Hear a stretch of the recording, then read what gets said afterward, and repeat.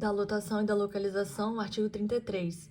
Os servidores públicos dos poderes legislativo e judiciário e das autarquias e fundações públicas serão lotados nos referidos órgãos ou entidades e a localização caberá à autoridade competente de cada órgão ou entidade.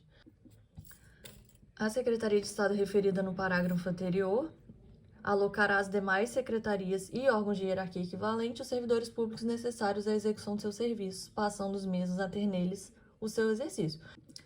O servidor público da administração direta do Poder Executivo será lotado na Secretaria de Estado responsável pela administração de pessoal, onde ficarão centralizados todos os cargos, ressalvados os casos previstos em lei. Ou seja, os cargos eles vão estar todos centralizados na CGE, mas não significa que vai todo mundo trabalhar na CGE.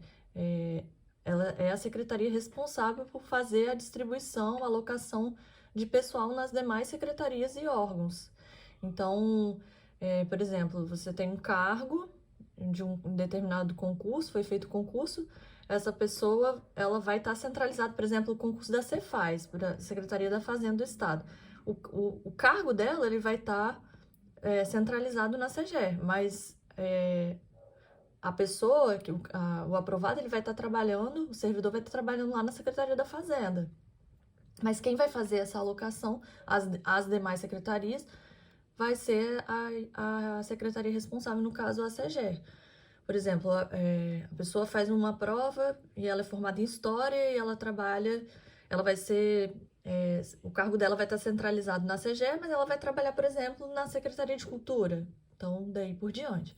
As autarquias e fundações públicas referidas neste artigo informarão permanentemente a Secretaria de Estado responsável pela administração de pessoal as alterações de seus respectivos quadros. A mudança de um para outro setor da mesma Secretaria de Estado, em localidade diversa ou não da anterior, será promovida pela autoridade competente de cada órgão ou entidade em que o servidor público tenha sido alocado mediante ato de localização publicado no Diário Oficial do Estado. A localização do servidor público dar-se-á a pedido e de ofício, ou seja, o servidor ele pode pedir para mudar de local de trabalho ou então pode ser de ofício. O que seria isso? Seria interesse da administração. A administração quer mudar de lugar de trabalho, ela vai e faz isso. A localização por permuta será processada à vista do pedido conjunto dos interessados, desde ocupantes do mesmo cargo. Então, você e uma amiga trabalham, são servidores, e vocês trabalham em secretarias distintas, mas vocês querem trocar. Uma trabalha na Secretaria de Educação, outra trabalha na Secretaria de Saúde. E vocês querem fazer a troca. Então, faz um pedido conjunto e se vocês ocuparem o mesmo cargo, faz essa permuta para poder haver a troca de pessoal aí. Se de ofício e fundada na necessidade pessoal, a escolha da localização recairá preferencialmente sobre o servidor público de menor tempo de serviço, residente em localidade mais próxima e menos idoso. Então, se a administração quiser te trocar, esses serão os critérios que eles vão levar em consideração para escolher quem vai trocar. Na verdade, eles precisam fazer uma mudança. Então, vamos lá, vamos fazer uma mudança de pessoal das secretarias, porque está precisando organizar melhor. Então, quais serão os critérios que vão ser levados em consideração? Eles vão pegar os mais novos, né? Menor tempo de serviço. Os últimos que foram contratados. O próximo critério vai ser residente em localidade mais próxima. Então, tem uma secretaria que fica ali na Enseada do Suá, né? Num bairro determinado, e ele vai escolher aquele que está residindo mais próximo à secretaria. E, por último, o menos idoso. Então, o mais novo aqui, né? É vedada de ofício a localização de servidor público licenciado para atividade política, período entre o registro da candidatura perante a Justiça Eleitoral e o dia seguinte ao do resultado oficial da eleição, investido em mandato eletivo, desde a expedição do diploma até o término do mandato, e a disposição de entidade de classe. Então, nessas situações aqui, o servidor ele não vai poder ser... a administração não vai poder trocar ele de local de trabalho. É vedado, é proibido. Nessas três situações aqui nos incisos. Quando a assunção de exercício implicar mudança de localidade, o servidor público fará jus a um período de trânsito de até 8 dias, exceto se a mudança for para municípios integrantes da região metropolitana da Grande Vitória. Então, isso aí eu acredito que seja algo bem importante de colocar aí no resumo, né? Esses 8 dias. Aí faz aí a observação, que é esse período de trânsito. Então, você tá lá no interior, lá em Muniz Freire. E aí você vai vir para Vitória, porque a administração decidiu. Então, você tem direito até 8 dias. Até 8 dias. Para poder fazer essa mudança de localidade. Ah, mas você trabalha em Vitória e te trocaram para Vila Velha. Então, não vai haver esse período de 8 dias. Porque tem aqui, ó, exceto se a mudança for para municípios integrantes da região metropolitana da Grande Vitória. Então, se for Vitória, Vila Velha, Cariacica, Serra, Viana, não existe esse período aí. Na hipótese do servidor público encontrar-se afastado pelos motivos previstos no artigo 30 ou licença prevista no artigo 122, inciso 1 a 4 e 10, o prazo a que se refere este artigo será contado a partir do término do afastamento. Então, vamos lá.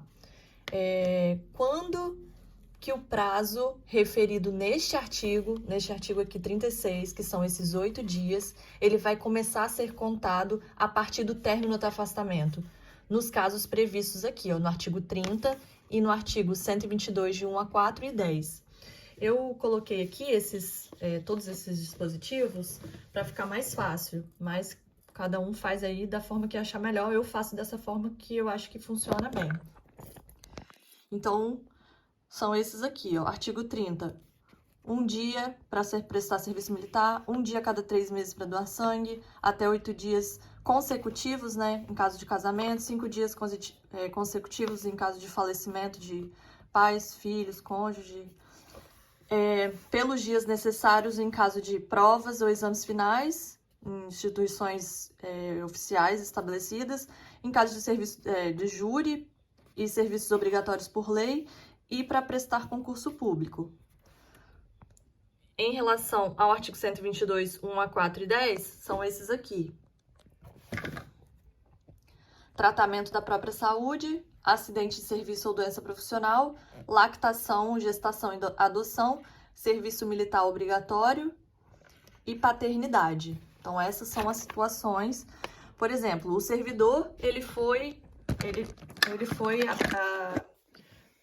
vai ser trocado de secretaria, de local de trabalho, porque a administração assim o quis. Então, mas só que esse servidor, ele tá, em algum desses casos aqui, afastado. Ah, ele tá tratando da saúde.